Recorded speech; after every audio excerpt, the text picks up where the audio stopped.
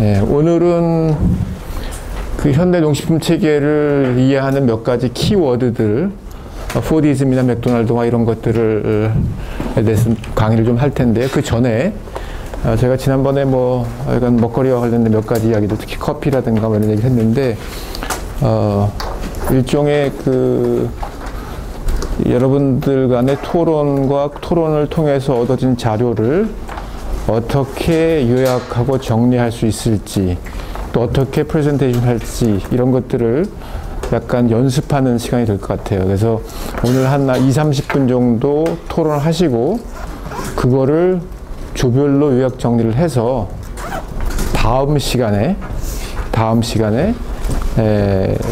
발표를 하도록 하겠어요. 그러니까 오늘은 그 얘기는 무슨 얘기냐면, 오늘 토론하고 이야기 나눈 것들, 사실 여기 좀 경험적인 자료들을 여러분이 구해야 되거든요. 이 경험적 자료를 어떻게 표나 요약된 데이터 셋으로 만들어내는지, 이런 것들도 염두에 두시고, 이게 나중에 여러분들 팀 프로젝트와도 관련이 될 것입니다.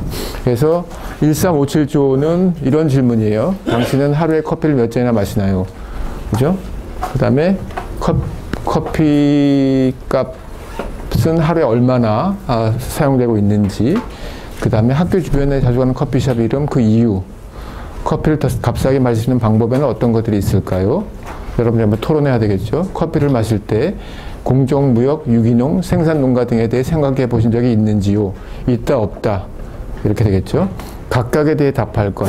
그래서 이 가운데 이 자료를 여러분들이 아마 그 오늘 그 토론만 가지고는 부족하기 때문에 뭐 온라인 상에서라든지 여러 가지 다른 방식으로 정리를 해서 아주 요약적으로 발표를 다음 시간에 해줘야 돼요. 무슨 얘기냐면, 경험적인 자료들, 커피를 몇 잔이나 마시나요? 그럼 이건 숫자로 계량화할 수 있는 거죠, 그죠? 그래서 여러분들 조언이 6명인데 6명이 어떤 사람은 2잔, 어떤 사람은 3잔, 어떤 사람은 1잔, 뭐 안 마신다 이렇게 있으면 이거는 적어도 평균이나 분포는 볼 수 있겠죠, 그죠? 마찬가지 커피 값도 그렇죠. 이런 것들은 간단한 그냥 바로 표로 이제 그 자료를 제출하게 될 것이고요. 그 다음에 커피숍 이름이나 그 이유, 이런 것들은 여러분 나름대로 그것을 이제 여러분들 응답한 것들, 조원들이 얘기한 것들을 요약해서 그 의미를 잘 읽어내야 되겠죠. 그것을 간략하게 효율적으로 정리해서 다음 시간에 발표를 해줘야 되고, 그 다음에 4번 커피를 더 값싸게 마시는 방법에 대해서 여러분들이 아마 이제 나름대로 어떤 방법들에 대해서 뭐 고민하거나 뭐 이렇게 좀 해볼 필요가 있고요. 그 다음에 커피를 마실 때 공정무역, 유기농, 생산농가에 대해서, 이건 바이너리, 이분법이죠. 그러니까 있다 없다인데, 있다 없다를 어떻게 이제 그 자료를 정리해서 나름대로 그 요약된 자료를 해석할 것인가 하는 것을 여러분들이 좀 고민해가지고 다음 시간에 발표를 해주길 바라고요. 1357조는 커피와 관련된 이런 질문들입니다. 유사한 질문을 식사와 관련해서 매식이라고 하는 건 이제 외식이죠. 일종의 밥을 사 먹는 거. 삶의 자, 매식해서 당신 하루에 밖에서 식사를 얼마나 자주 합니까? 여러분들 조언들의 어떤 특성도 읽어내는 것이고, 저도 궁금하기 때문에 물어보는 거고요. 그럼 식사 비용, 그것도 나름대로 이제 아마 평균값 분포 이런 정도는 다 낼 수 있겠죠, 그죠? 학교 주변에 자주 가는 식당의 이름, 그 이유, 뭔가 좀 질적인 인터프리테이션이 필요하고, 매식 비용을 줄일 수 있는 방법은 무엇이 있을까? 그 다음에 이제 식사를 할 때 국내산, 결국 이게 무슨 얘기냐면 국내산이나 수입산 이런 원산지에 대한 생각을 해본 적이 있는지, 아니면 친환경, 유기농 이런 것에 대해서 생각하는지, 고려하는지, 그다음에 생산 농가, 그죠? 식사를 할 때, 뭐 매식을 할 때 이런 고민을 혹은 생각을 해본 적이 있는지에 대해서, 각각에 대해서 나름대로 여러분들 조언들의 분포 이런 것들을 좀 보시고, 그걸 가지고 여러분들 집단, 여러분들 조의 어떤 식사 습관에 대해서 나름대로 이제 해석을 좀 해주시는 거죠. 네, 그렇죠? 자, 그러면 지금부터 한 20분 정도, 25분 정도 조별로 이 각 해당되는 주제에 대해서 좀 논의를 하시고, 특히 조장은 그 자료들을 좀 정리를 하시고, 그 다음에 이걸 어떻게 다음 시간에 저거 할지는 좀 논의를 하셔야 될 것 같아요. 그죠? 예. 예, 시작해 주세요. 예. 예. 자, 그러면 다시 이제 돌아가죠. 예. 조원들끼리 서로 분위기가 좋은 것 같아요. 그죠? 그래서 보니까 제가 그냥 출석부에 있는 걸 랜덤하게 했는데도 불구하고 성비나 이런 데 있어서 좀 문제가 있는 팀이 있네요. 그래서 어느 조는 여초 현상이 심각하고 어느 조는 남초 현상이 심각하고 심지어는 저조의 경우에는 남학생만 5명이 우르르 앉아 있어서 제가 좀 미안해서 물어보니까 여학생 2분이 있어요. 있는데 안 왔다 그러네요. 그래서 5사람의 책임이라고 생각을 하고요. 그래서 서로 이렇게 팀워크가 굉장히 중요합니다. 그래서 팀워크가 잘 맞아야 사실은 이제 최종 결과, 연구 결과가 잘 나오겠죠. 그래서 특히 조장의 중요한 역할은 사실은 뭐 조장이 뭐 앞에서 끌고 가는 게 아니라 조원들을 잘 이렇게 아우르고 추스르고 또 서로 격려할 수 있도록 분위기를 만들고 뭐 이런 역할이 되겠죠. 그죠? 예. 우리가 이제 먹거리의 혹은 식품 생산과 소비의 사회학이라고 하는 그 과목을 통해서 뭐 경험적인 현실들, 뭐 커피, 밥, 뭐 라면 뭐 이런 것들에 대해서도 얘기를 하지만 사실은 이런 것들을 좀 이론적으로 어떻게 볼 것인가 하는 것도 굉장히 중요하죠. 그래서 뭐 여러분들이 읽게 될 메뉴의 사회학이라고 하는 책의 한 챕터가 지금 포털에 올라가 있고요. 그것을 이제 좀 보완하는 이야기들을 좀 하게 되죠. 그래서 제가 볼 때는 그러니까 현대 농식품 체계, 모던 애그리 푸드 시스템이라고 하는 것, 그러니까 우리가 의존하고 있는 이 먹거리 체계가 있다는, 뭔가 시스템이 있다는 거죠. 그죠? 그래서 이게 단순히 우리는 그냥 별 생각 없이 뭐 슈퍼 가서 사 먹기도 하고 아니면 뭐 어디 식당에 가서 그냥 사 먹고 이렇게 하지만 분명히 우리가 알 수 없고 잘 보이진 않지만 우리가 굶지 않도록 하는, 그죠? 굶지 않도록 하는 먹거리 생산과 유통과 소비의 어떤 체계가 작동하고 있겠죠. 그래서 이런 것들을 이해하기 위해서는 현상의 이면을 들여다보는 것도 굉장히 중요하고 또 어떤 구조나 어떤 체계, 메커니즘, 기제 이런 것들을 이제 좀 이해할 필요가 있죠. 그래서 굉장히 중요한 키워드 몇 가지를 먼저 소개를 좀 하려고 그러는데 포드주의라고 하는 개념, 포디즘, 그죠? 포디즘 많이 들어봤죠? 그래서 뭐 요즘엔 그냥 검색해보면 나오니까 위키피디아에 따르면 일관된 작업 과정으로 노동 과정을 개편하여 노동 생산성을 증대시키는 집약적인 축적 체제, 제한된 노동 시간 내에 일정한 생산량을 확보하기 위해 노동 강도를 강화, 이에 대한 노동자 계급의 저항을 막기 위해서 개별 자본의 수준에서 상대적 고임금을 지불하고 소비 양식의 재구성을 통해 대량 생산과 대량 소비를 결합, 절대적 노동 시간이 줄고 있는 가운데서도 단위 시간당 생산량을 급격히 증대 소비시킴으로써 자본 측의 요구를 충족. 위키피디아에서 이렇게 정리를 했네요. 그래서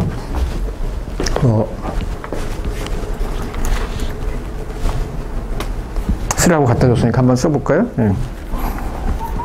그래서 중요한 키워드가 몇 가지 있죠. 노동 생산성 증대, 그죠? 그 다음에 상대적 고임금, 그 다음에 대량 생산, 대량 소비, 뭐 이런 개념들이 이 포드주의, 포디즘의 본질을 보여주는 굉장히 중요한 개념입니다. 그렇죠? 포디즘 그러면 어디서 나왔을까요? 그 개념이 포드가 누구죠? 자동차 메이커죠. 포드 회사가 있죠. 그죠? 우리나라에서도 뭐 미국 차로 팔리고 있죠. 근데 그리고 그 포드는 사람 이름이기도 하죠. 그죠? 포드 자동차 설립자 이름이기도 한데, 그래서 이 사람이 자동차를 대량 생산하고 대량 공급한 뭐 그런 체계를 만들어냈다고 이렇게 할 수 있죠. 그래서 다음 가시면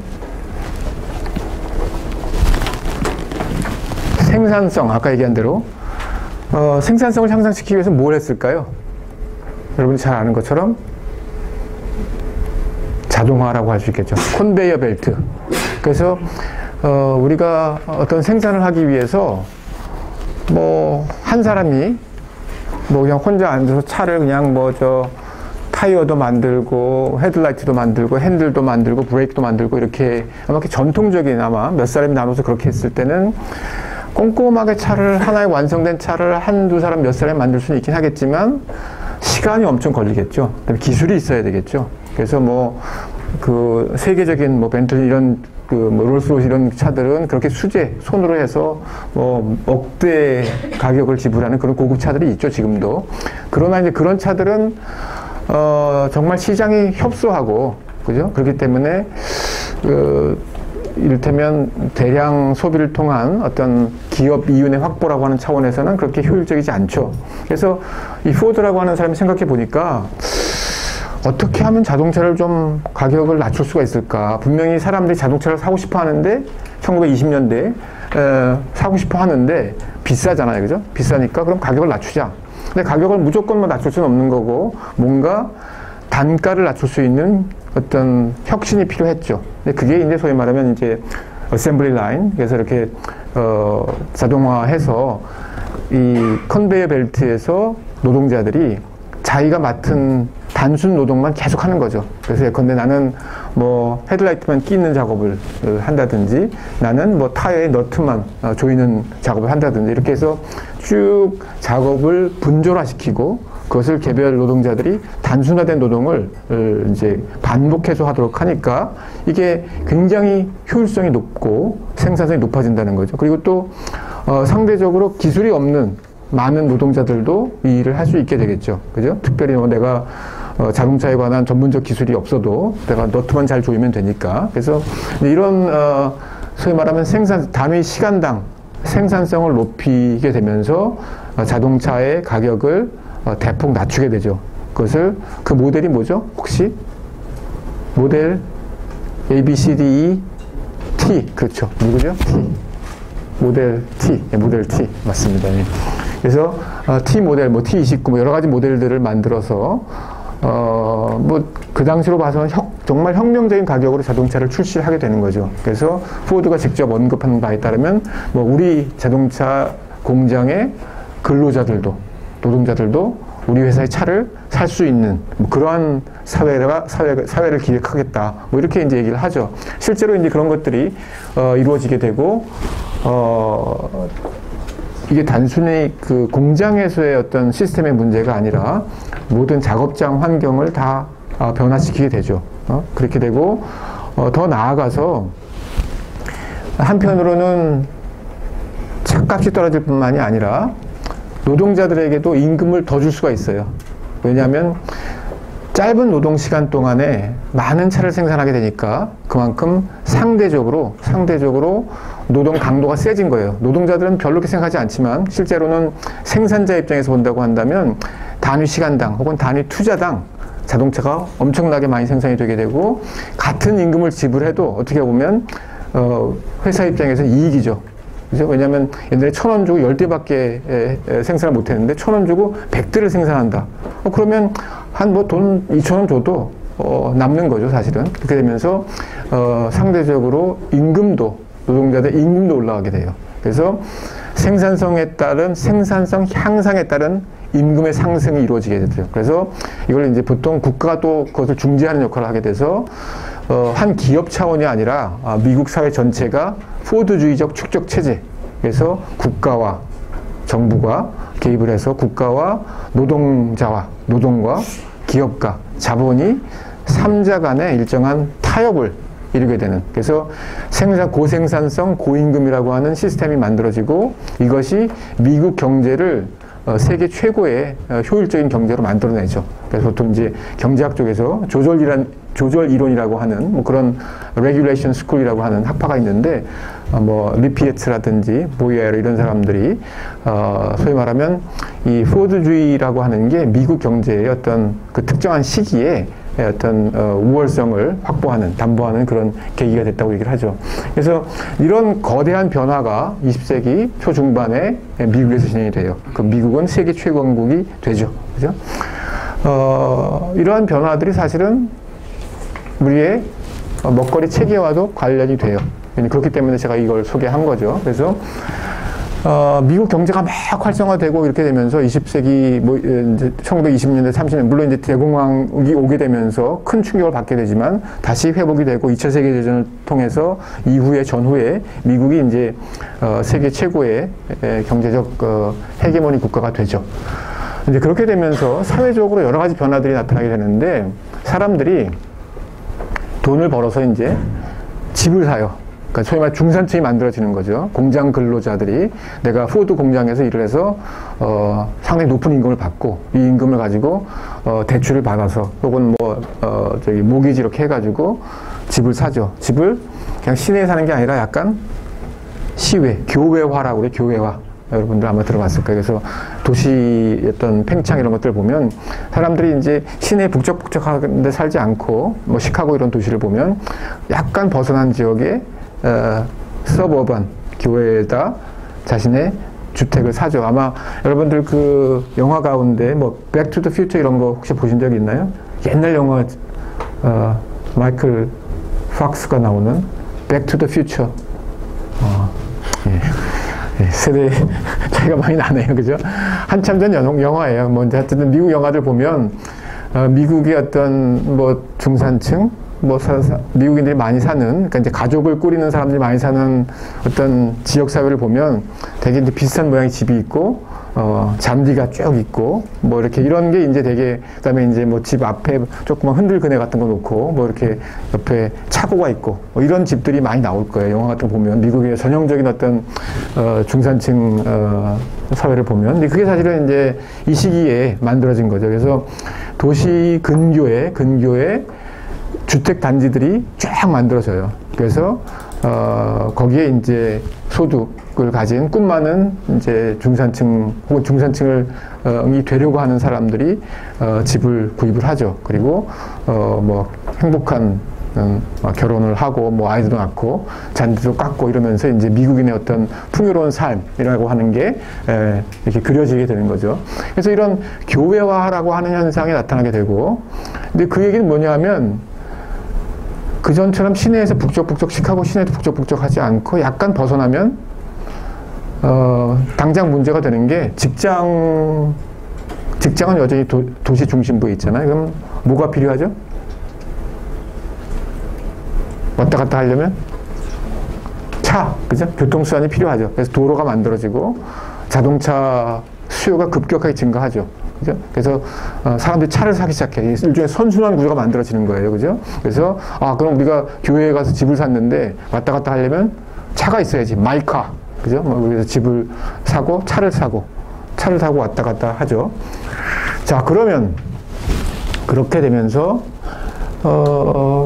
각 집에서 이제는 그전 같으면 그냥 동네 마트, 동네 시장, 가게에 가서 그날 먹을 거를 음식을 사오는 게 일반적인 어떤 행위였어. 우리나라도 사실은 뭐 한 20년 전만 해도 매일매일 뭐 어머니가 하는, 주부가 하는 굉장히 중요한 일이 한 2, 3시쯤 되면 장바구니 들고 나가서 재래시장, 아니면 조그만 가게 이런 몰려있는 데 가서 그날 먹을 콩나물, 뭐 두부 한 모, 뭐 이렇게 집어와서 이제 뭐 찌개 끓이고 남편이 퇴근할 때 맞춰서 식사 준비를 하는 게 일반적이었죠.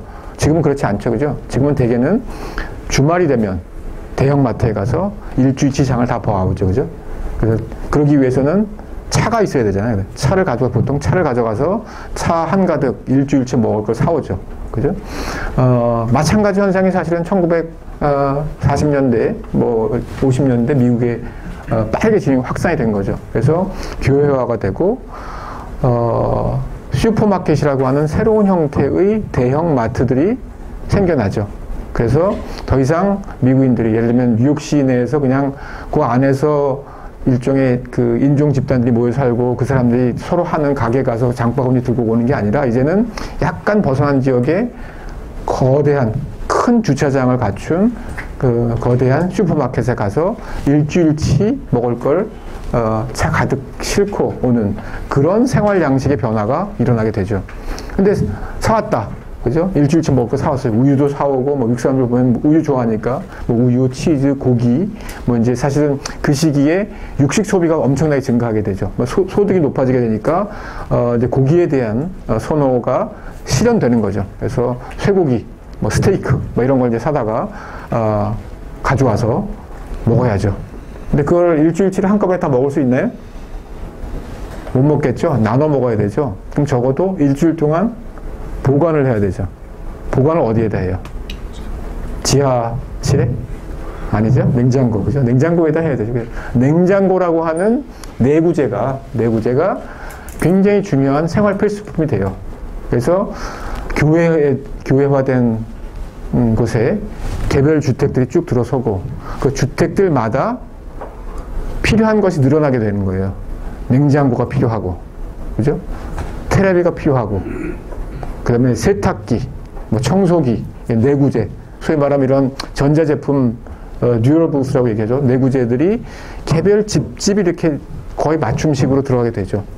이게 사실은 또 미국 경제를 막 선순환시키는 그런 수요들이, 냉장고 수요, TV 수요, 뭐 이런 것들이 이제 급증하게 되니까. 그래서 자동차, 냉장고, 슈퍼마켓, 이런 기관들이, 제도들이 마구 만들어지면서, 미국인들의, 사회 생활이 굉장히 크게 변하게 되죠. 기본적으로 이제, 대량 생산된, 그래서 그러기 위해서는 사실은 급속하게 팽창하는 중산층 혹은 미국인들의 매스죠. 대중 소비자들을 위해서 거기에 맞출 수 있는 생산 시스템이 만들어지게 되죠. 그래서 산업형 농업, 화석연료를 많이 쓰는, 그래서 화학비료, 농약, 그죠? 왜냐하면 이제는 점점 더 뭐 사실 그 이전 과정 많이 생략했습니다만은 많은 인구들이 도시로 미국에서 몰려왔기 때문에 이제 그 농민의 수는 줄어들고 소비자는 증가하는, 그것을 맞추기 위해서는 어쨌든 대량 생산 시스템이 어떤 형태로도 만들어졌겠죠. 생각해 보세요, 그죠? 사회학적 상상력, 지난 시간에 얘기한 이런 것들을 활용해서 생각해 보면 그래서 기본적으로 도시의 소비자들은 잘 보지 못했지만 농촌에 커다란 변화가 일어나고 있었어요. 그래서 농촌의 단작, 모노컬처라고 얘기하죠. 한 가지를 전문화해서, 뭐 이를테면 우리는 밀농사를 어마어마하게 짓는 거예요. 그래서 그러기 위해서는 농민 혼자서 일부 이제 노동자들 고용하지만 그 광대한 아이오와의 그 밀 농장을 경작하기 어렵죠. 그럼 어떻게 해야 돼요? 트랙터, 경운기, 이런 농기구, 농기계가 이제 발달하게 되고, 또 이제 대규모로 농약을 치고, 화학비료를 치고, 뭐 이렇게 해서 소위 말하면 산업형 농업이 자리 잡게 되죠. 그죠? 생산 부분에 대량 생산 시스템이 만들어지는 거예요. 또 아까 얘기한 대로, 도시에 있는 사람들이 갑자기 돈이 생기고, 고기 먹고 싶다. 스테이크 먹자. 닭고기도 그전에는 비쌌는데, 닭고기도 이제는 일상 식품이 되고, 달걀도 매일 먹고, 우유도 이제 매일 먹고. 이게 사실은 이 엄청난 도시의 소비자들을 위해서는 이것을 뒷받침할 수 있는 생산 시스템의 변화가 필요했겠죠. 그랬을 때 만들어진 게 소위 말하면 공장형 축산, 밀집형 축산. 그래서 카포라고 그러죠. 그래서 굉장히 그 좁은 공간에다가 소, 돼지, 닭, 이런 가축들을 모아놓고 굉장히 효율적으로 사료를 먹이고, 사료를 얼마나 먹이면, 그래서 이 기간 동안에 미국의 소위 말하면 토지 공여 대학, 랜드 그랜트 유니버시티라고 그러죠. 주립대학들 가운데서 연방 정부에서 이렇게 공공적 목적을 위해서 토지를 불화한 대학들이 있어요. 그런 대학들이 위스콘신 대학 같은 데도 그렇고, 사실 코넬에서도 보면 이렇게 그 스테이트 파트가 있는데, 농대 이런 데들 보면 이 시기에 이제 엄청난 연구비를 받아서 다양한 형태의 실험들을 하죠. 그래서 예를 들면 병아리를 부화시켜서 사료를 몇 주 동안 어떻게 먹이면 가장 고기가 많이 생산될까? 이런 것들이 바로 상용화되고 이렇게 되면서 급속하게 공장형 축산이 발달하게 되죠. 그러면서 이런 밀집된 공간에 닭이나 소를 집어넣게 되면 병에 취약하잖아요. 그러니까 이제 항생제도 먹이고 여러 가지 이제 소위 말하면 산업적 개입이 이루어지게 되고, 그것이 소위 말하면 공장형 축산이라고 하는 것으로 이어지게 되죠. 그래서 생산 부분의 변화, 대량 생산 시스템이 만들어지죠. 그죠? 그리고 이 도시라고 하는 공간, 소비자들은 대량 소비. 그래서 아까 얘기한 대로 이런 푸드주의적 소비 방식에 의해서 냉장고, 자동차, 슈퍼마켓 이런 먹거리의 유통 소비 부문도 큰 변화를 겪게 되는 거죠. 결국 이 미국 사회의 거대한 변화, 뭐 푸드주의라고 하는 게 먹거리 체계 전체도 변화시키는 그런 결과를 낳습니다. 이후에 이제 사실은 이런 대량 생산, 대량 소비 모델은 뭐 전 세계적으로 대부분 확산됐고 이런 모델들을 가지고 설명할 수 있게 되죠. 한국의 경우에도 보통 제가 생각할 때는 80년대 중후반 이후에 한국에도 중산층이 늘어나죠.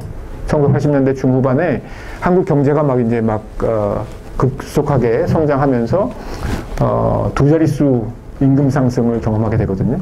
이제 소득이 막 증가하는 거죠. 그렇게 되면서 자동차, 마이카 시대가 오죠.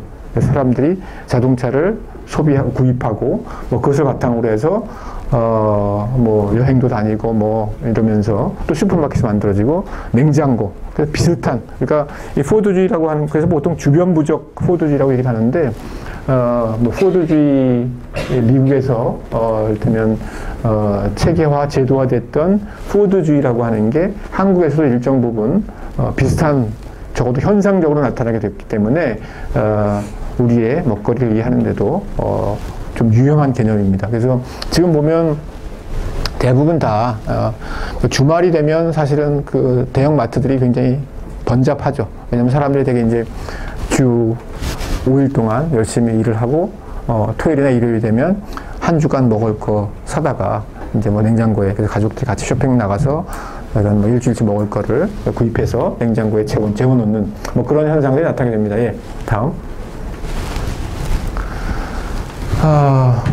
맥도날드화. 그죠? 맥도날드는 뭐 여러분들하고 너무나 익숙한 뭐 그런 개념이죠. 그래서 그 조지 위츠라고 하는 사람이 맥도날드화라고 하는 책을 썼고 그 책에 이제 미국 사회의 변화 그리고 굉장히 중요한 이제 키워드 그 맥도날드화를 조금 추상적인 개념으로는 뭐라고 할 수 있을까요?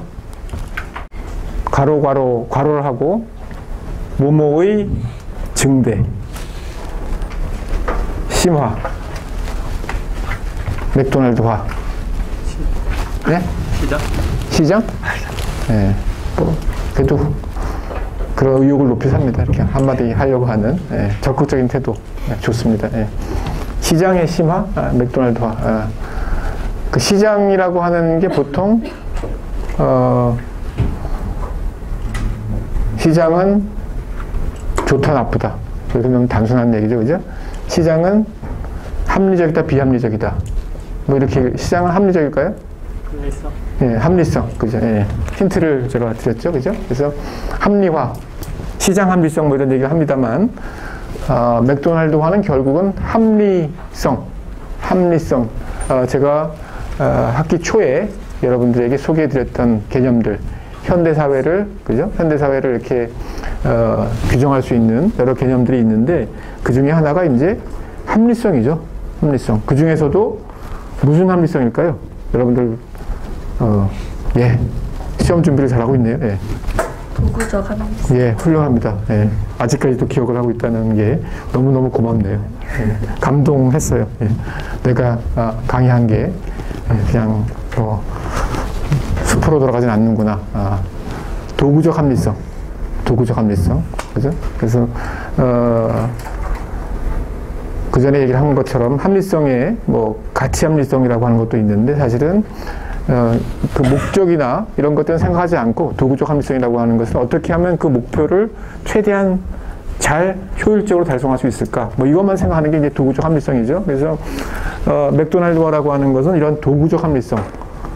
그래서 음식을 이 경우에는 햄버거를 가장 빠른 시간 내에 정확하게 주문한 소비자에게 전달하는, 먹도록 하는, 뭐 그게 이제 이 쪽이 되는 거죠. 그래서 그것을 위해서 여러 가지 이제 생산 공정 뭐 이런 것들이 주문에서부터 시작해서 실제로 여러분들 앞에 음식을 제공할 때까지 과정을 효율적으로 바꾸게 된 거죠. 예?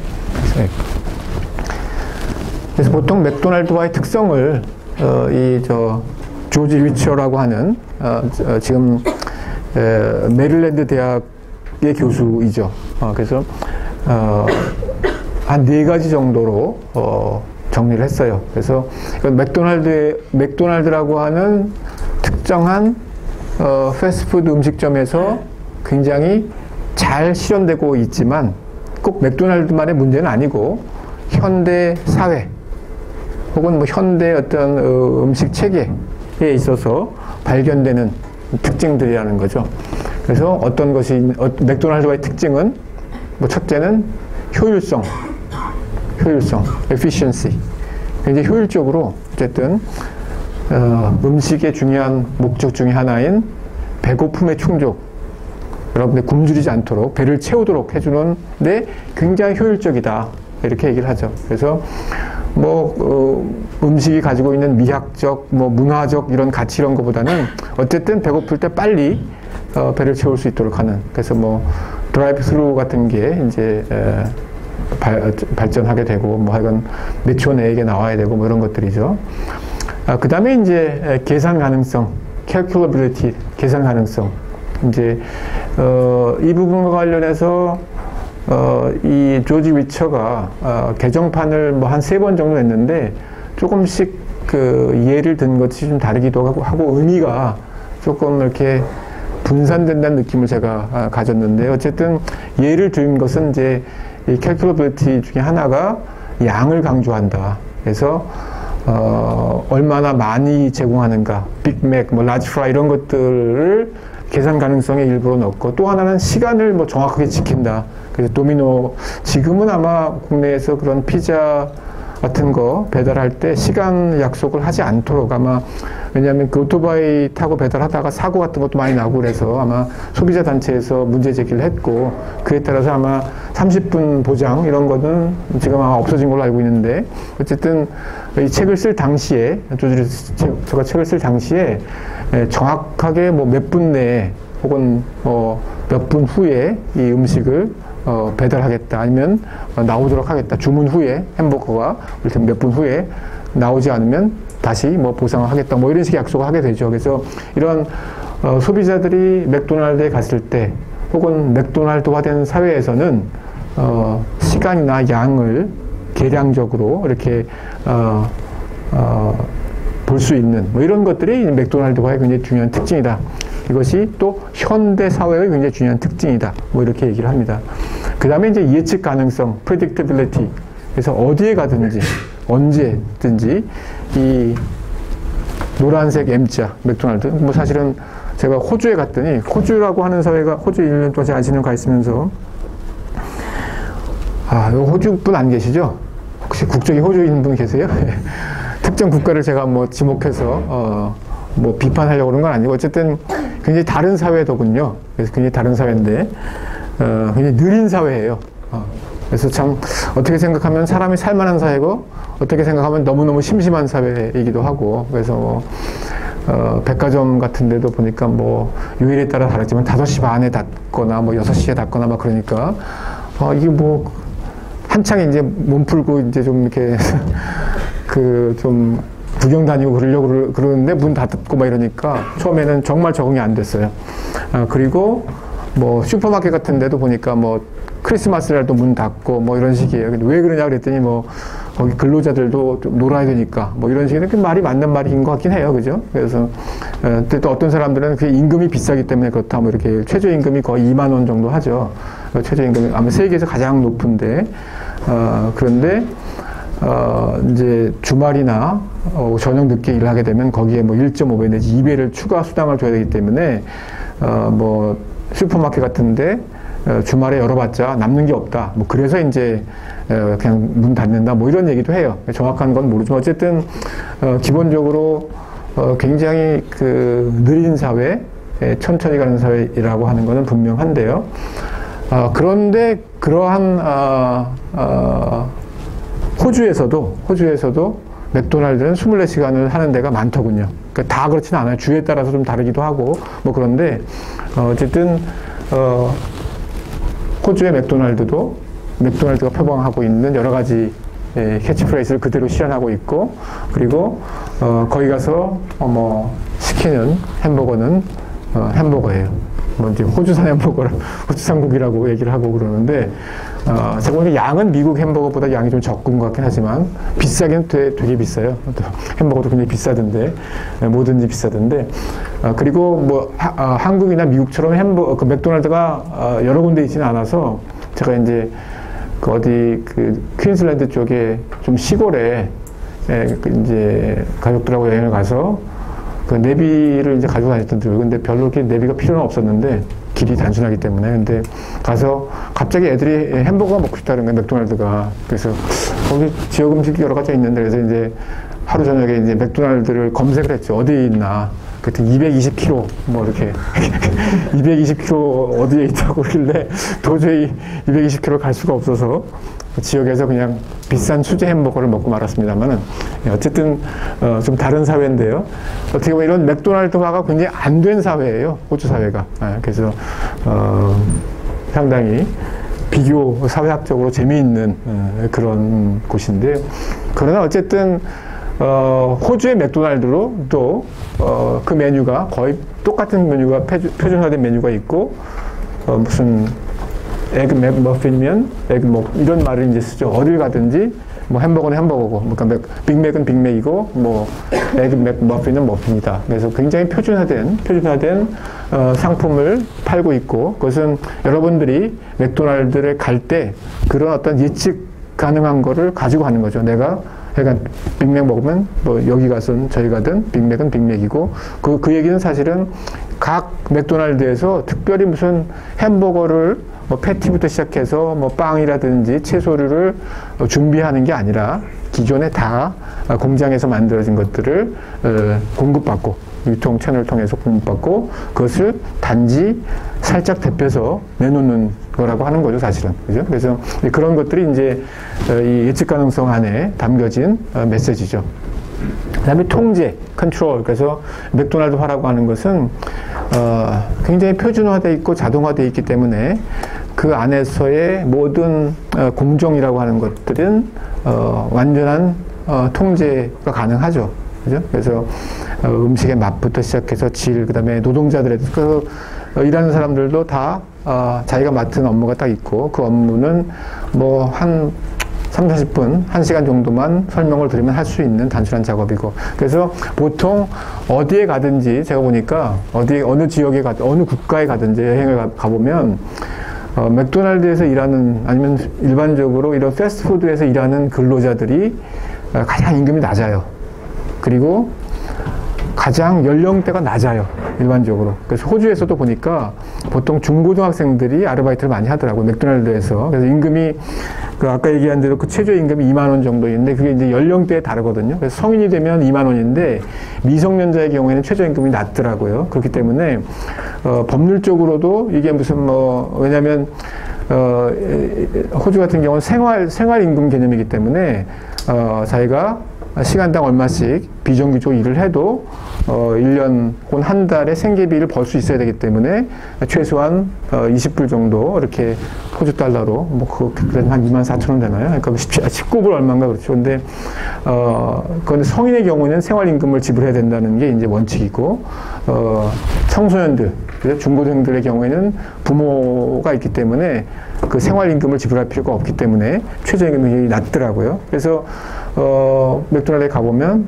사실은 청소년들이 일을 하고, 근데 굉장히 청소년들도 여유가 있어가지고 별로 이렇게 이런 효율적이고 막 이런 통제된 시스템은 아닌 것 같아요. 그래서 느적느적하고 이렇게 말도 붙이고 좀 이렇게 여유있게 하긴 하는데, 그래서 이런 맥도날드 시스템이 있어도 어떻게 보면 개별 사회의 특성에 따라 조금씩 어떤 유들이 있는 것 같긴 한데, 어쨌거나 기본적으로 점점 더 효율성을 추구하게 되고, 그 맥도날드라고 하는 그런 공간, 음식을 먹는 공간에 대해서 완벽한 어떤 통제 시스템이 이루어지죠. 그래서 기본적으로 표방하는 바는 어디에 있는 맥도날드화든지 똑같은 음식을 똑같은 방식으로 똑같이 효율적으로 큰 문제 없이 돌아가도록 이렇게 이제 만들어져 있죠. 예. 예, 쭉 그래서 여러 가지 좀 전에 언급한 것들 맥도날드가 가지고 있는 하나의 굉장히 효율적인 조직으로서 혹은 합리적인 도구적 합리성이 극대화된 조직으로서 맥도날드가 운영이 되고 있고 뭐 그것이 세계에서 여전히 가장 잘 나가는 그죠? 패스트푸드 음식점으로 성장하도록 했죠. 중국에서도 그죠? 중국에서 맥도날드 많이 먹나요? 예, 많이 먹는다고요? 예, 다행이네요. 또 안 먹는다 이러면 내가 할 말이 없거든요, 사실. 근데 제 기억으로 1980년대 후반에 북경에 처음 맥도날드가 들어갔죠. 그죠? 가보셨어요? 예, 예. 맥도날드 햄버거 좋아해요? 네, 좋아해요. 예, 그래서 예. 예. 맥도날드가 사회학적으로 어떤 음식인지 한번 앞으로 생각해 주시기 바래요. 예. 예. 뭐 사실 이렇게 얘기하다 보면 뭐 세상에 먹을 게 하나도 없죠. 그죠? 그래서 모든 음식을 두고 이것이 원산지가 어디 있고 이게 친환경이고 뭐 이런 거 생각하다 보면 뭘 먹고 살겠어요. 그래서 뭐 그것 때문에 너무 좌절하고 고민할 필요는 없고요. 그러나 이제 조금 생각을 하면서 먹자 이런 취지가 있는데 어쨌든 제가 생각하기에는 1980년대 후반, 89년인가 아마 그때쯤에 맥도날드, 중국의 최초의 맥도날드가 북경 1호점이 만들어지고 건물이 굉장히 큰 그 월스트리트 저널에 그때 특집 기사가 나왔을 정도였어요. 맥도날드 그 당시만 해도 뭐 개혁 개방 이런 것들이 지금처럼 막 이렇게 시장 경제가 활성화될 때가 아니었는데 자본주의의 정말 상징이라고 할 수 있는 맥도날드가 사회주의 중심부 북경에 들어가고 또 굉장히 처음부터 손님이 많았다 그러더라고요. 굉장히 막 인기가 좋았다 그래요. 그죠? 그래서 어쨌든 이 맥도날드라고 하는 거대한 음식 체인점이 정말 세계를 지배한다고 해도 과언이 아니죠. 그럼에도 불구하고 여러 가지 문제점들을 가지고 있다. 그래서 이건 뭐 합리성에 관한 이론가인 막스 베버가 한 얘기죠, 그죠? 합리성의 비합리성. 합리적, 도구적으로 굉장히 합리적이긴 하지만 결국은 그것이 여러 가지 문제를 가지고 있고 인간을 그 과정에서 도구화하고 노예화하는 인간을 구속하고 뭐 이런 것들이 이제 이런 합리적 조직들의 특성이죠. 그래서 특정한 목적을 달성할 때 굉장히 효율적일지 모르지만 과연 이런 것들이 다른 문제들은 낫지 않는지, 예를 들면 소외 문제라든지 뭐 이런 것들을 얘기하게 되고 그런 의미에서 이것이 가지는 비합리성이 있다. 그 다음에 이제 뭐 위처가 뭐 이런저런 얘기들을 또 맥도날드와 관련해서 많이 했어요. 뭐 건강상의 문제 뭐 이런 것들. 그래서 실제로 패스트푸드 음식 그리고 되게 이제 여러분들이 매식을 하게 되면 이 건강이나 뭐 이런 것보다는 어쨌든 입에 자극을 줄 수 있도록 음식이 조리되죠. 그래서 보통 뭐 여러 문헌들이 뭐 어떻게 보면 그 고기라고 하는 책도 있는데 좀 일종의 그 식품 인류학적으로 보면 인간이 가지고 있는 특정한 맛에 대한 어떤 선호가 있다는 거예요. 그래서 기름진 거, 기름기 이런 것들을 먹고 싶어 하고 그 다음에 이제 짠맛. 그래서 그런 의미에서 이제 소금이 굉장히 중요한, 실제 인체를 위해서 굉장히 중요하긴 하지만 그게 뭐 거의 유전적으로 소금에 대한 선호가 있고 그 다음에 뭐 단맛, 이것도 유전 때문에 그런 것이냐 아니면 그것이 귀하기 때문에 계급적으로 형성된 것인가 이런 것들도 논쟁이 있지만 기본적으로 단맛. 그 다음에 최근에 나온 미각의 제국이라고 하는 책에 보니까 그 크리스피한 맛, 바삭바삭한 맛에 대한 선호가 있다는 거예요. 근데 그거는 인간이 처음에 곤충을 먹기 시작하면서 그러니까 곤충을 사실은 지금 뭐 찡그리는데 많은 옛날 종족들이 곤충을 중요한 단백질 공급원이자 어떻게 보면 일종의 그 기호식품으로 먹을 수 있었던, 지금처럼 과자가 없으니까 지금 포테이토 칩을 먹지만 그 포테이토 칩은 바퀴벌레와 같은 맛을 난다는, 그 이제 이 혀의 감각으로 본다면, 아니면 이빨의 감각으로 본다면. 그래서 제가 그전 학생들 데리고 캄보디아에 갔는데, 캄보디아의 시골에 가니까 버스가 이렇게 쓸 때마다 이 동네 어린이들이나 아줌마들이 나와서 이렇게 뭘 팔아요. 근데 파는데 보니까 거미, 곤충, 이런 튀긴 거, 바삭바삭한. 그래서 뭐 제가 먹을만 해서 막 한 1불 주니까 엄청 주더라고. 그래서 사가지고 먹으면서 학생들 나눠줬는데 별로 안 먹더라고요. 예. 근데 어쨌든 이 미각의 제국이라고 하는 책에 보면 이 바삭바삭한 맛, 크리스피한 맛에 대한 선호가 있다는 거죠. 그래서 어쨌든 이런 맛에 대한 선호들이 있는데, 그것이 음식이 희소했을 때는 굉장히 중요한, 생존을 위해서 굉장히 중요한 맛이었다는 거죠. 기름기가 있고 단백질이 있고 뭐 그다음에 짠맛, 단맛 이런 것들이. 근데 이제 지금은 사실은 음식이 넘쳐나는 시기죠. 그래서 그런데 역시 우리가 가지고 있는 뭐 유전자 혹은 뭐 인류의 어떤 진화 과정에 습득한 이런 맛에 대한 선호가 있고, 그렇기 때문에 음식점에서는 여러분들한테 가능하면 짠맛, 단맛, 그러니까 자극적인 맛을 만들어줘야 여러분들이 맛있다고 느끼는 거죠. 만약에 아무 간도 안 오고 심심하고 이렇게 하게 되면 여러분들은 이렇게 맛이 없지 음식점이, 이렇게 생각하게 되고, 그렇기 때문에 이제 악순환인데, 특히 이제 패스트푸드 음식은 그런 거죠. 뭐 사람들이 와서 빨리 먹고 가는데 뭔가 자극적인, 그래서 짜고 달고, 그다음에 그래서 이제 보통 햄버거에 소금, 나트륨 양이 굉장히 많죠. 그다음에 콜라, 단맛 이런 것들을 통해서 여러분들이 맛의 즐거움을 빨리 느끼고 가도록 뭐 이렇게 얘기를 합니다. 그것은 결국은 결과적으로 보면 건강에 대한 위협으로 이어진다, 뭐 이런 얘기. 여기까지 하고요.